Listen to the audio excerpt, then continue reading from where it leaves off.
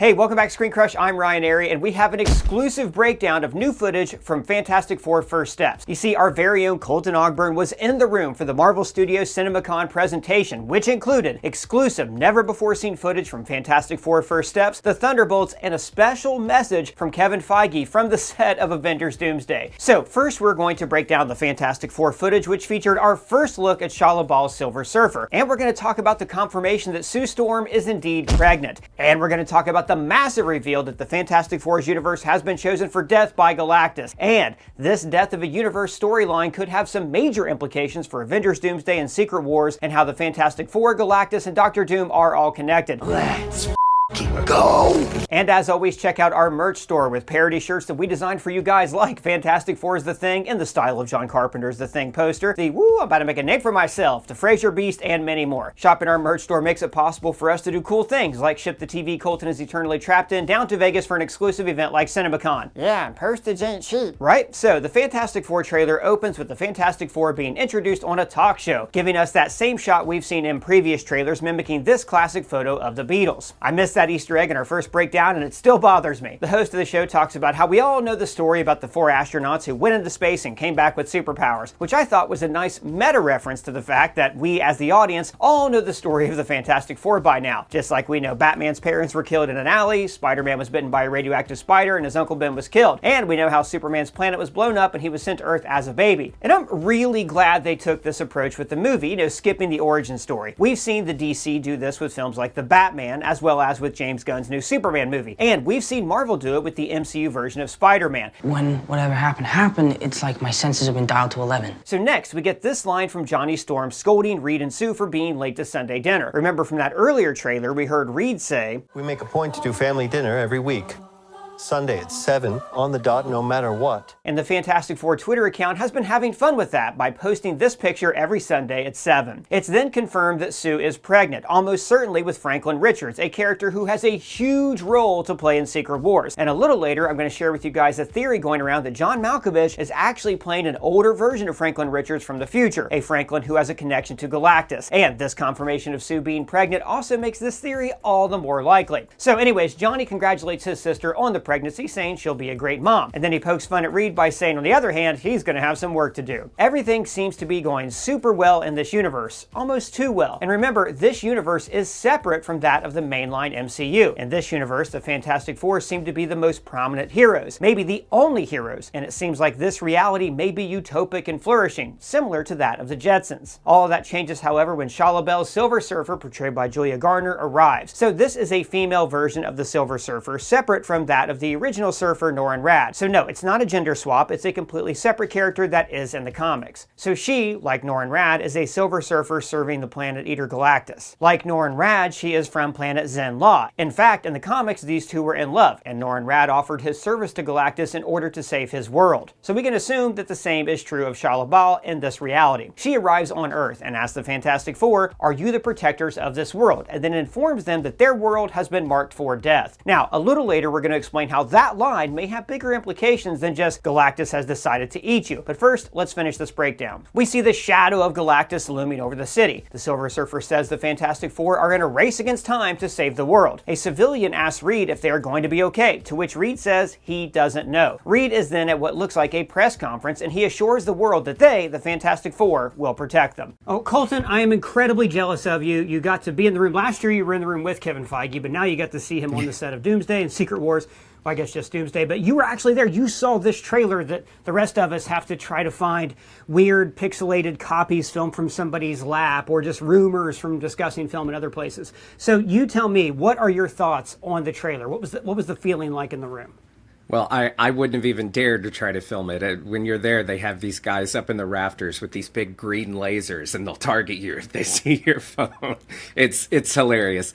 The trailer itself, oh my God. It was honestly probably my favorite thing that I saw all week. And I got to see that Superman footage that's out now. And this was awesome. Silver Surfer looks phenomenal. She just looks badass. There is just something about the tone of this movie that just feels, I don't know, like there's just something off. There's something eerie, like in a good way. Like there's this comedic side to it that we're familiar with the MCU, but there's also like this sense of dread, like just something horrible is coming. And of course, they're setting up Galactus and the end of this universe. I really liked it. I think this movie is going to be great. Well, I had a question for you, and this is something I haven't really seen anybody mention. I didn't think the Silver Surfer, the Fantastic Four 2, was very good, but I did like the Silver Surfer in that film. What did she sound like? What did they do with her voice to make her seem like cosmic and celestial? Well, you know, she's not there saying, and I don't know shit about fuck. She's not saying that. Yeah. Well, Ozark Which, by the reference, way, when you watch her in Ozark, you actually do expect her to talk like that all the time because she just is Ruth, right? She's so good. Mm-hmm. She sounds very... she has like that monotone sense that you would expect out of the Silver Surfer, like almost kind of like a robot sort of. It's still like a feminine voice. It sounds like her. Like if you've listened to her like in interviews and stuff, it's her voice. It's just kind of the speech pattern is a little bit like, I guess stoic would be a good word for it. She sounded great. And when she said, your universe has been marked for death, I felt that. I was like, oh, shit, okay. Did she say your universe or your world? Your world, excuse me. I'm sorry. Yeah, your world has been marked for death. Yeah. Because you've had a theory for a long time that in this universe, like in the MCU, Galactus would eat universes instead of planets. And using the word world could really mean either, but it seems like more like what we would think planet. You know what I mean? Yeah, when she said world, I was like, is it their Earth or is it their universe? Because yes, I do think that I feel like since they are telling this story in the multiverse saga, and we've been primed to expect things like incursions, and we know that with Loki sitting on the throne, allowing for this vast multiverse to exist and not die, there are still universes that are dying. We saw that in Deadpool and Wolverine. It's kind of just like almost a part of life now, is that, sometimes universes die. I do, when she said that, my thought was, and this is just my theory, going back into that theory I've had that Galactus eats universes, I did kind of take it to mean, oh, your universe is dying, so Galactus is going to come in and eat it, sort of like another purple cloud monster, Alioth, that we've seen in Loki and in Deadpool. But, you know, she does say world, so you could take it either way, but then you have to kind of think, well, if it is the universe, why are they showing up on Earth? You know, Earth would just be one of trillions of planets. So I don't know. Maybe it is just Earth. Maybe Silver Surfer's going around to many celestial bodies, like various planets, letting them know, hey, you're done. Well, I don't know. Alioth is a really interesting thing to note, though, because in the comics, Galactus was just once a regular scientist named Galen who survived the death of his universe and then was reborn into the current universe. So, and then, you know, for depending on the iteration in the comic, you know, but his reasons for eating planets change, but basically he's there to maintain cosmic balance. It could be, I mean, Alioth also existed before the universes. We could also see a thing where maybe He Who Remains created Galactus as another failsafe, you know, because we see like in season 2 of Loki, all these different failsafes he created to make sure the timelines didn't go out of control and branch too much. Or he could be Franklin Richards, which we'll talk about later on.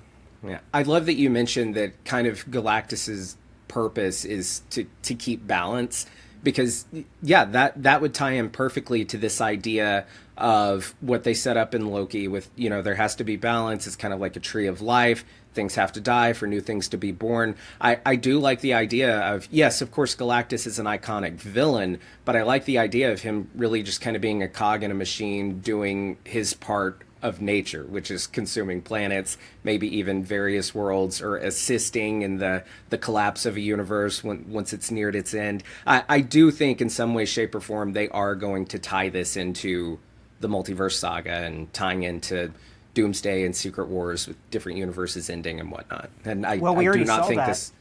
Yeah, I don't think this movie is going to end well for the Fantastic Four. No, I don't either. I think, you know, we did see that in the trailer with the multiverse, like writing about the multiverse on the chalkboard, and also like the beginning sketches for his multiversal bridge, which, you know, the Jonathan Hickman run kind of hinges on that Reed wants to solve every problem, so he finds his other selves in other universes. which at this point we have the Council of Kangs. Like, I don't know, that might get a little messy if they try to go that way, but it would make sense. Yeah, and I'll say in this trailer that they showed, and I know we did the breakdown a little earlier in the video, but there is a shot that I didn't go too deep into detail. Like when they're showing the story like unfolding in the trailer and Silver Surfer has come and warned them that Galactus is coming, there's a brief shot between that and when Reed is like saying, "We will save the world." You see, they show that shot of him at his chalkboard trying to like solve this equation. So yeah, that once again does tie into like the multiverse of it all. Like he is trying to figure out a way to stop it. Yeah, and in the same storyline, I believe it was the same one, Hickman also incorporated New World in New World, where there was like 5 billion people that they found a way to escape, which also tied in with Galactus. I don't want to get too deep into all the lore here, but basically this planet of people, Galactus is going to destroy their world, so they escaped, and then they used him as a It's a long story, but his point is there's a lot of different things from the comics, especially the recent Hickman comics, that could be used there. So that's pretty cool. Did you get any clues from the trailers or other footage? I mean, don't get me wrong, I'm stoked to talk about Thunderbolts, and I also want to ask you about Superman. But did you get any clues in the trailer about what could be happening in Doomsday?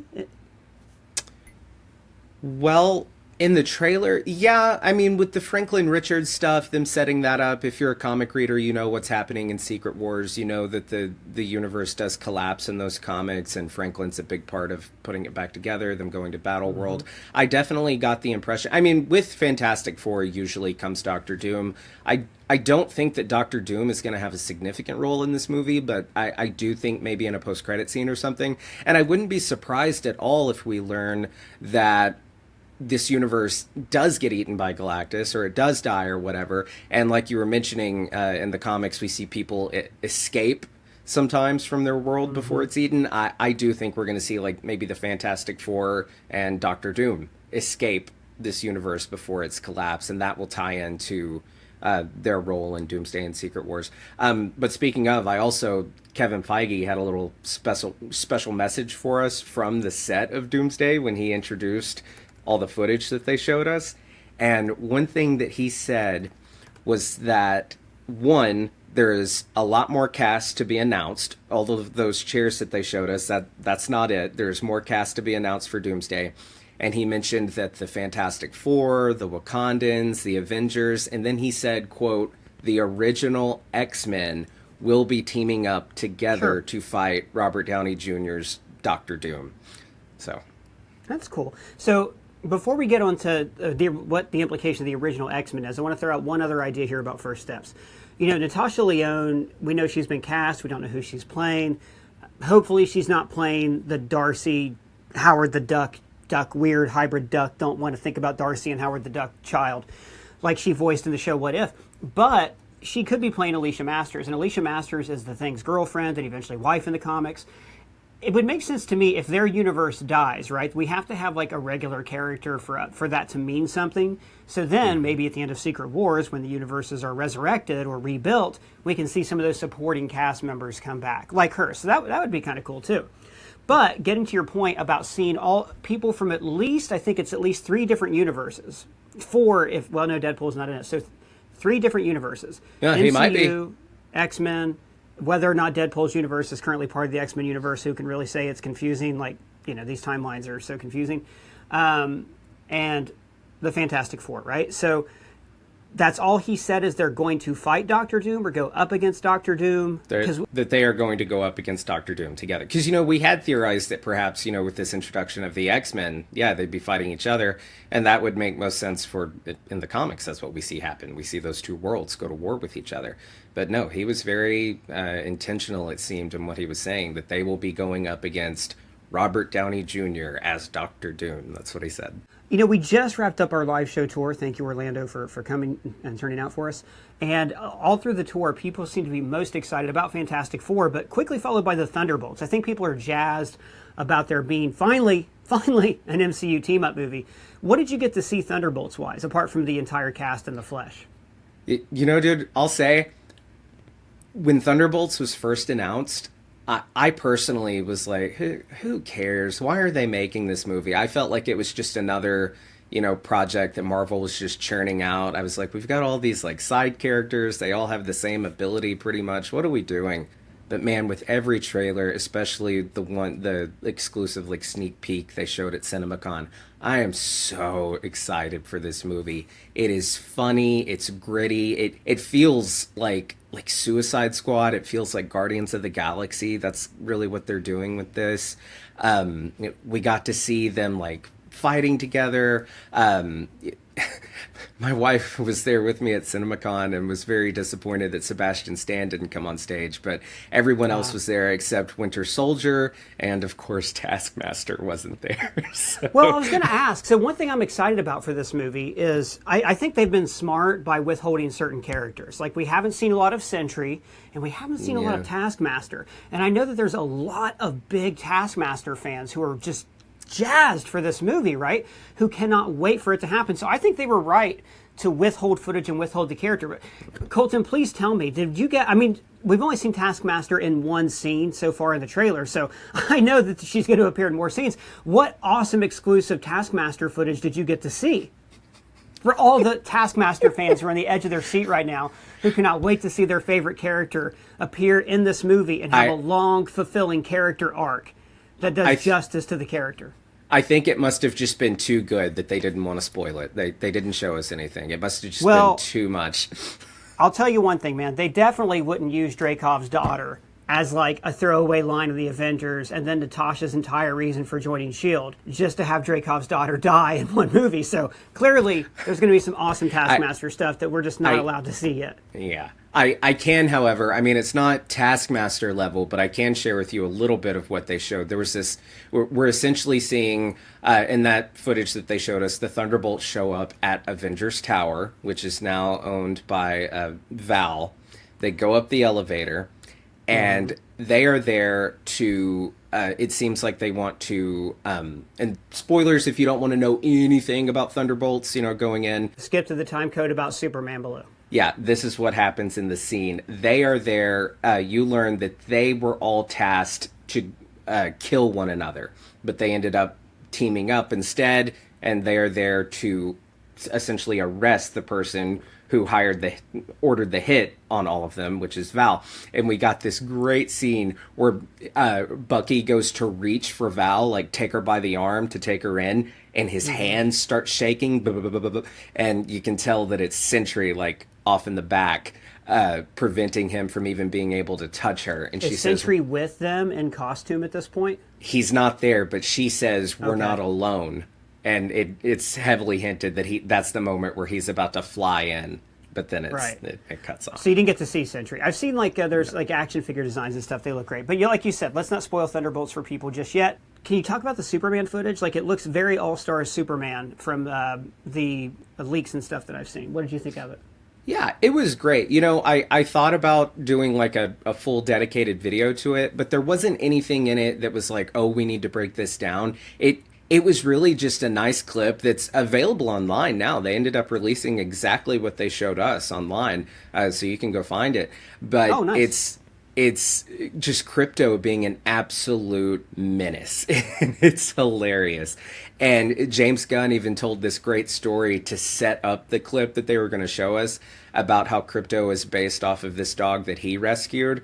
And when he was in the midst of like pre-production for Superman, he was talking about how he would have to sit on his kitchen counter, like crisscross his legs while on the phone, so the dog would not harass him and like bite his ankles, and that the dog would start just jumping in the air and he'd see him, and that's when he decided he had to do Crypto. Yeah. But yeah, it looks amazing. It seems like it's lighthearted, it's funny, but you can also tell like what they set up with like the Superman bots and stuff, that this movie is going to get very emotional. Like, they are setting you up to really care about these characters, I think, in the first half of the film. And then in the second half, I think, you're going to care about this dog. You're going to care about this CG dog that everybody's body shaming for some reason on Twitter. You're going to care about these robots. The worst Twitter or X, or I don't know what the kids are calling it these days. The worst take that I've seen, people were like comparing Superman getting exposed to the sun and screaming to Superman like majestically flying up into the sun and Batman v Superman being oh so subtle with the religious iconography in that scene. I just think it's a different Superman. I mean, from what I've seen, I mean, but in the room when they showed that, right? How did the crowd react? Was it like, oh, they were going, no, or were they they were into it? Wild, Okay, wild, great. yeah. Yeah, again, I think the people who are Snyder or bust tend to be the most vocal online, and the rest of us are like, we just want to see a good movie. I did meet a guy at our last live show who came up to me and said, hey, I'm in the Superman trailer. And I was like, what? Yeah, he's an actor, and he's in Orlando. And he pointed to like a little thing, and you remember when they're in the cages in the trailer, you know? Yeah. He pointed to it and said, that shadow is me. And I was like, what is it? Tell me what it is. Tell me where he is. And he's like, I can't tell you. So if I just want the people at DC Studios to know that your extras who sign these NDAs, take them very seriously. I offered vast sums of money and autographs from Doug, but this guy would not relent. And when I say vast sums of money, I didn't offer any money.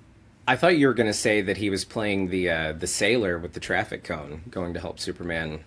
No, that guy would be in his 90s by now. At the live show, we should really put this out there for people. At the live show, I always point out this, like, it's a long story, but there's a random sailor who goes to pick up a traffic cone to fight General Zod and Superman 2. We've had a lot of fun at those shows. You weren't at the last one, but they have been a blast.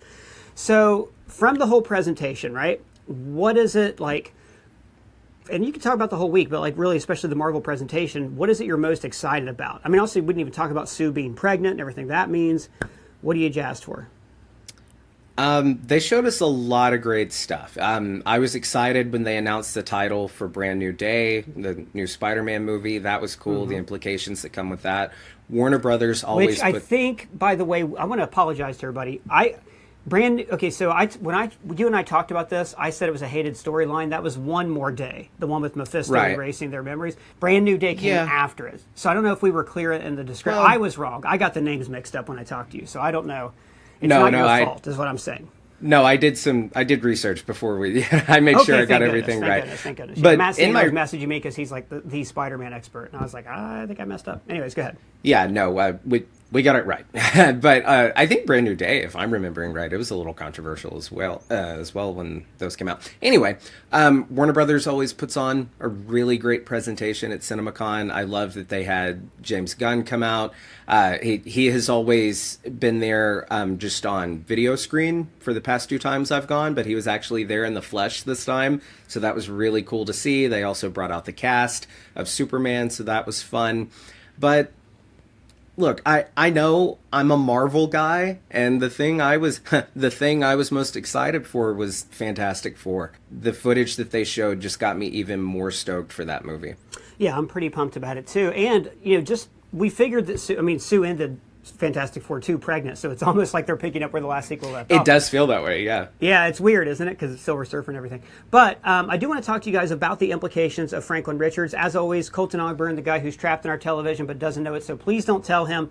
Thank you very much for joining us. And now, guys, let's talk about Franklin Richards and what this means for Avengers Doomsday. So the character of Franklin Richards is super powerful, and in the Secret Wars comics, it's young Franklin who helps to rebuild the multiverse after its collapse. So I think it's very likely that Avengers Doomsday will end with the collapse of the multiverse like we see in the comics. Avengers Secret Wars will then take place in the void because the multiverse is dead. And then we can see Franklin Richards at the end of that movie use his reality manipulation powers, perhaps alongside Wanda Maximoff, to create the new MCU, giving us an in-canon reboot. And this is, of course, how the multiverse was reborn after the 2015 Secret Wars comics, which then spun off into a new Fantastic Four series where Reed and his family traveled around with Franklin creating new realities for them to explore. Now, in the comics, there is a future version of Franklin who has his powers fully realized, and he and Galactus kind of become co-equals in terms of power. We see the two of them watch as the universe ends. And I think that John Malkovich could be playing this older Franklin from the future, who has a history with Galactus and has seen this universe come to an end. And I think this movie may actually end with this universe dying, setting up the Fantastic Four to join the fight in Secret Wars alongside the Avengers and the X-Men as their universes are about to meet a similar fate as the Fantastic Fours. But guys, those are just my thoughts. What are yours? Let me know in the comments below or at me on Twitter. And if it's your first time here, please subscribe and smash that bell for alerts.